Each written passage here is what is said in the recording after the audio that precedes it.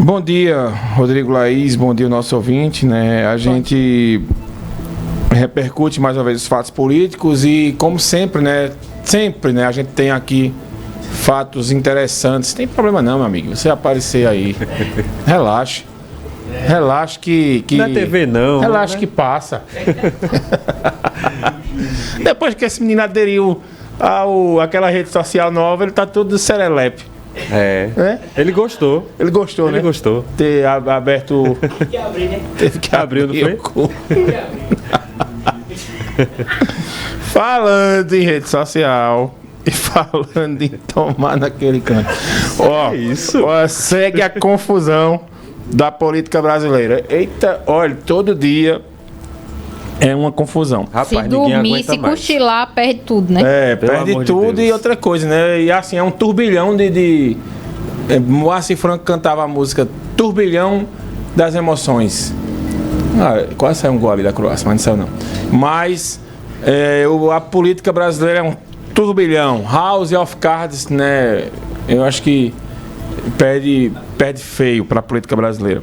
Ontem o professor Carlos Rocha, um dos criadores da urna eletrônica, o PL apresentou ontem um relatório que questiona parte das urnas, né? E a gente vai trazer agora um trecho da fala dele. Só no segundo turno, né? No segundo turno, né? Mas eu tenho uma explicação aqui por que eles estão fazendo isso. Vamos conferir ouvir. então. Infelizmente, ficou constatado nesse trabalho da equipe técnica que há dois comportamentos diferentes. Um comportamento das urnas novas, né? Que são as urnas modelo UE 2020, que chegaram recentemente. E nessas urnas 2020, o arquivo é gerado da forma esperada. Então, em cada linha que mostra cada atividade, aparece o código de identificação da urna correto, que permite associar, então, vincular aquela linha de registro de atividade à urna que realizou aquela atividade. Quando nós fomos analisar as urnas antigas, que são as urnas de modelos de UE 2009 até UE 2015, nessas urnas, infelizmente, encontramos esse número inválido na quarta coluna do log.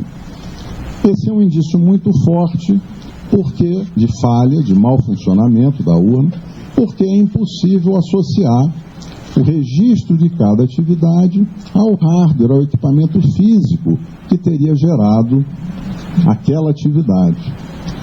Isso, evidentemente, tornou um problema, porque é muito desagradável ter esse indício de mau funcionamento, porque gera incerteza agora nos dados que são gerados por essas urnas. Por isso aqui nós gostaríamos de interagir construtivamente com o TSE e avaliar com eles. Existe lá uma previsão na resolução que abre a fiscalização, que é para se fazer exatamente quando ocorre um evento extraordinário, se fazer uma verificação extraordinária após o pleito, e é isso que a gente espera fazer na sequência dessa descoberta.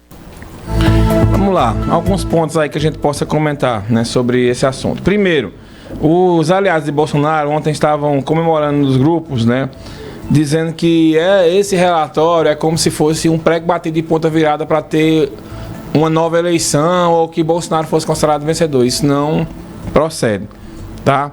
Primeiro que o partido nem tinha entrado ainda no TSE, nem entrou ainda. Eu acho que vai entrar hoje com o pedido de anulação. Segundo, vamos explicar um pouquinho aí o que o professor Carlos Rocha, esse que estava falando aí, né, que é um dos fundadores, inclusive, dessa urna eletrônica, ele disse o seguinte, olha, o que é que ele quer dizer? Que cada urna tem um log de urna, ou seja, o histórico de tudo que aconteceu naquela urna. Cada urna também tem um código de identificação própria, basicamente como se fosse um CPF de cada urna, como a gente tem, como os veículos têm o IPVA. Logo, cada log de urna, cada CPF de urna, deve estar vinculado ao código de identificação daquela urna específica. O que é que o pessoal alega do Bolsonaro aí? Nas urnas de modelo anteriores a 2020, os logs de urna apresentaram o mesmo código. São 250 mil urnas com o mesmo CPF. É como se a gente tivesse 250 mil carros em Caruaru e os carros tivessem o mesmo IPVA. É isso aí explicando a grosso modo, o pessoal entender. Né? E aí não teria como você saber qual é o carro que foi multado, qual é o carro que está com o IPVA atrasado, qual é o carro que atropelou uma pessoa, pegou uma contramão e por aí vai. Então, o que é que eles alegam? Se não há individualização de cada urna, não há como comprovar que aquele histórico é daquela urna específica. Essa é uma das críticas. Tem outra que eles fazem, mas é menos específica. Eles alegam que nas urnas de 2020 para cá, nas novas, né, que são aquelas em formato mais longo, um formato maior, naquelas urnas ali, que representam 40% das urnas, Bolsonaro ganha. E nessas urnas de 2020 para baixo, Bolsonaro perde.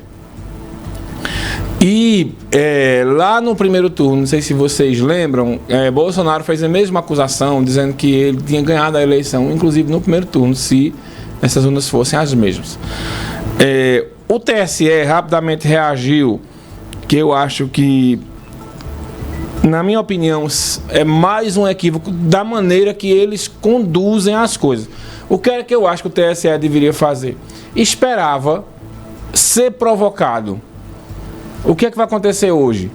O PL vai entrar com um pedido de anulação da eleição. Então, quando ele fosse provocado, aí ele reagiria daquela forma. Então, tragam também os questionamentos do primeiro turno. Porque parece, né, ficam trocando coisas pela imprensa. O PL diz uma coisa, o TSE nem é provocado, já dá a resposta. Então, eu acho que poderia, eu estou falando do ponto de vista do rito jurídico. O TSE é provocado, juridicamente ele responde àquela história. Mas ontem, após a coletiva, o Alexandre de Moraes já deu 24 horas para o PL apresentar essa questão aí. Então, a gente vai ficar com essa guerra de nervos aí até o final desse mês. Tem uma história que é dia 28 aí que Bolsonaro vai se pronunciar, né, sobre esse assunto, né? Até agora ele segue em silêncio e eu acho que é melhor ele ficar em silêncio mesmo do que estar falando, né, coisas sem nexo, porque o que ele fala para umas pessoas é lei e para outras pessoas acaba virando alvo de ataques, alvo de umas coisas. Então é melhor, como está muito tenso o clima, ele ficar nessa situação. O que a gente sabe é que ontem foram várias reações. O PSDB, por exemplo, criticou a adição do PL. Só que em 2014, todo mundo que tem memória boa vai lembrar que o PSDB fez a mesma coisa que Bolsonaro está fazendo agora. Contestou o resultado das urnas. Vocês lembram quando a Aécio Neves perde para Dilma Rousseff? O PSDB foi lá e contestou. E muita gente culpa, inclusive, o Aécio Neves, né, pelo começar dessa crise política que o Brasil entrou de 2014 para cá e que não parou mais. Que, se a gente olhar os fatos, tiveram aqueles protestos, Dilma caiu, Temer assume, um governo muito mal avaliado. A eleição de Bolsonaro contra Haddad já foi uma eleição cheia de problemas, que é a questão da facada e tudo mais. Os 4 anos de Bolsonaro, né, um governo com muita dificuldade, e aí teve coisa que aconteceu que não tem como você jogar no colo de ninguém, que é a pandemia, a guerra na Ucrânia, e aí se questiona as vacinas e tal, mas você não tem como jogar isso. Então essa eleição agora ela acaba sendo, aí vem a condenação de Lula, a invalidação do julgamento de Lula. Veja que tanto problema a gente tem em 2014 para cá. O PT reagiu, disse também que não aceita esse tipo de pedido. Vários deputados questionaram. E ontem o senador Eduardo Girão, o clima está tão ruim que ontem teve uma audiência pública que estavam presentes o senador Eduardo Girão, alguns senadores, e o ministro Ricardo Lewandowski.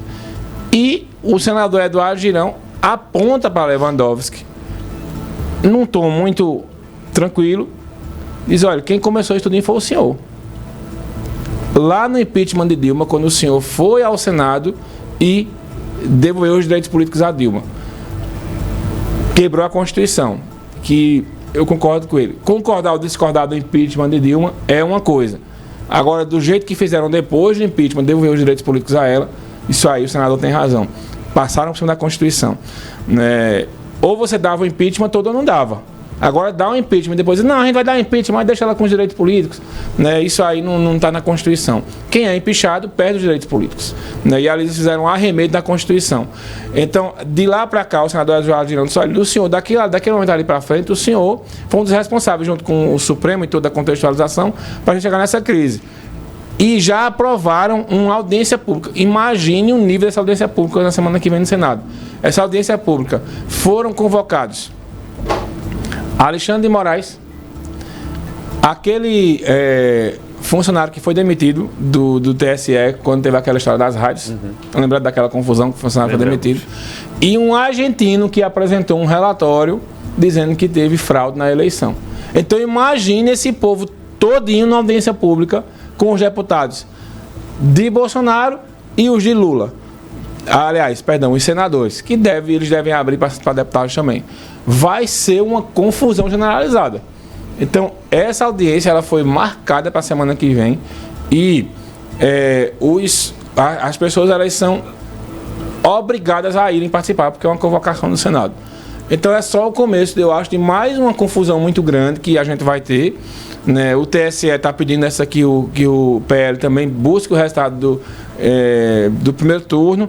Já teve deputado se pronunciando ontem, o Alberto Feitosa, por exemplo. Por que o do STF fez?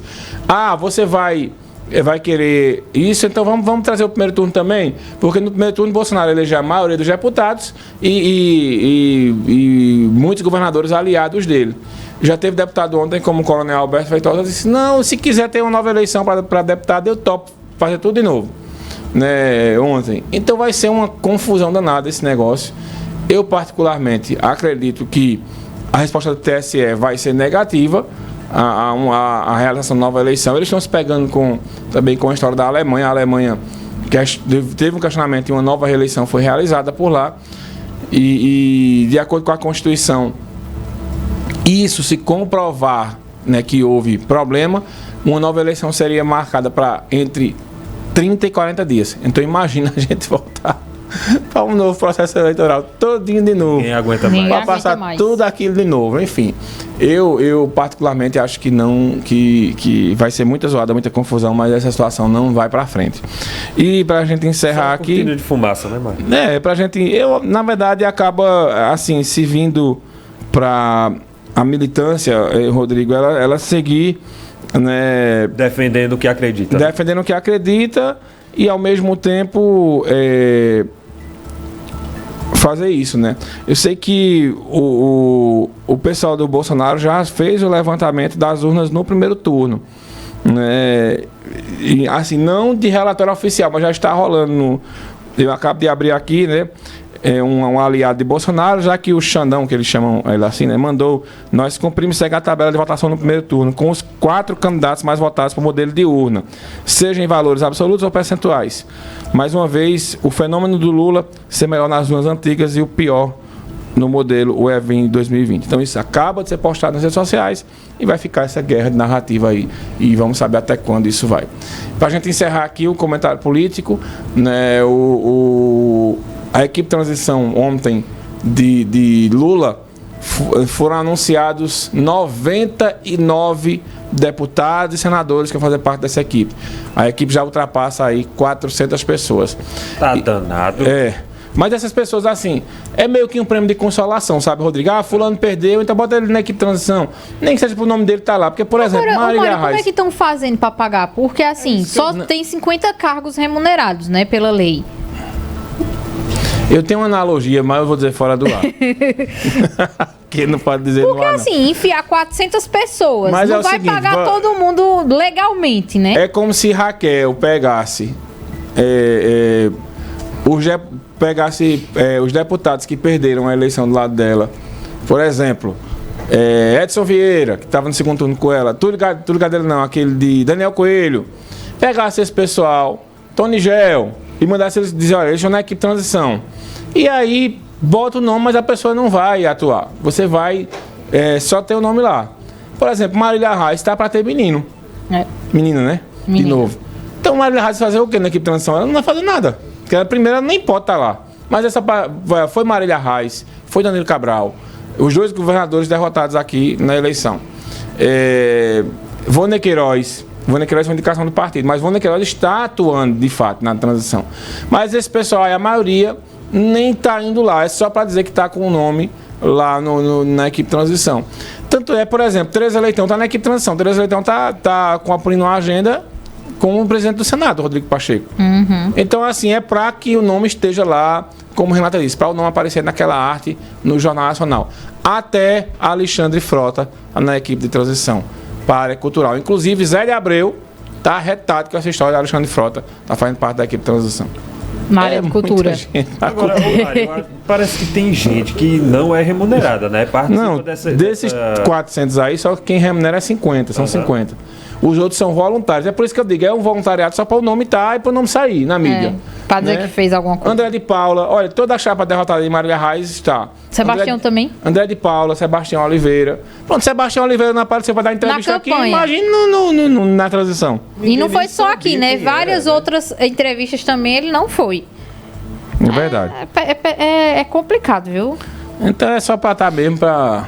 Quando terminar o programa aqui, eu vou dizer a vocês, pra eu vou fazer minha analogia sobre esse para ter o nome, né, aquela coisa que não é visto, não é lembrado, em evidência. Tchau. Muito bem. Vamos agora para o futebol rapidinho. A Argentina perdeu para a Arábia Saudita, uma zebra, né? Provocou a primeira grande zebra da Copa.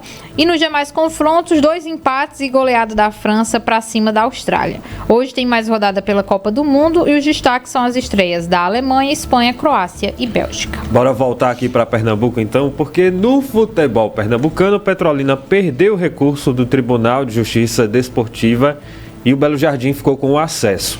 As semifinais da Série A2 vão ser disputadas na sexta e domingo que vem. Muito bem. Pronto, torcedor 10h40, Eri Santos traz outras informações para vocês. E 11h30 da manhã tem futebol na cidade. Primeiro tempo também com novas informações sobre a Copa do Mundo. E a gente vai se despedindo.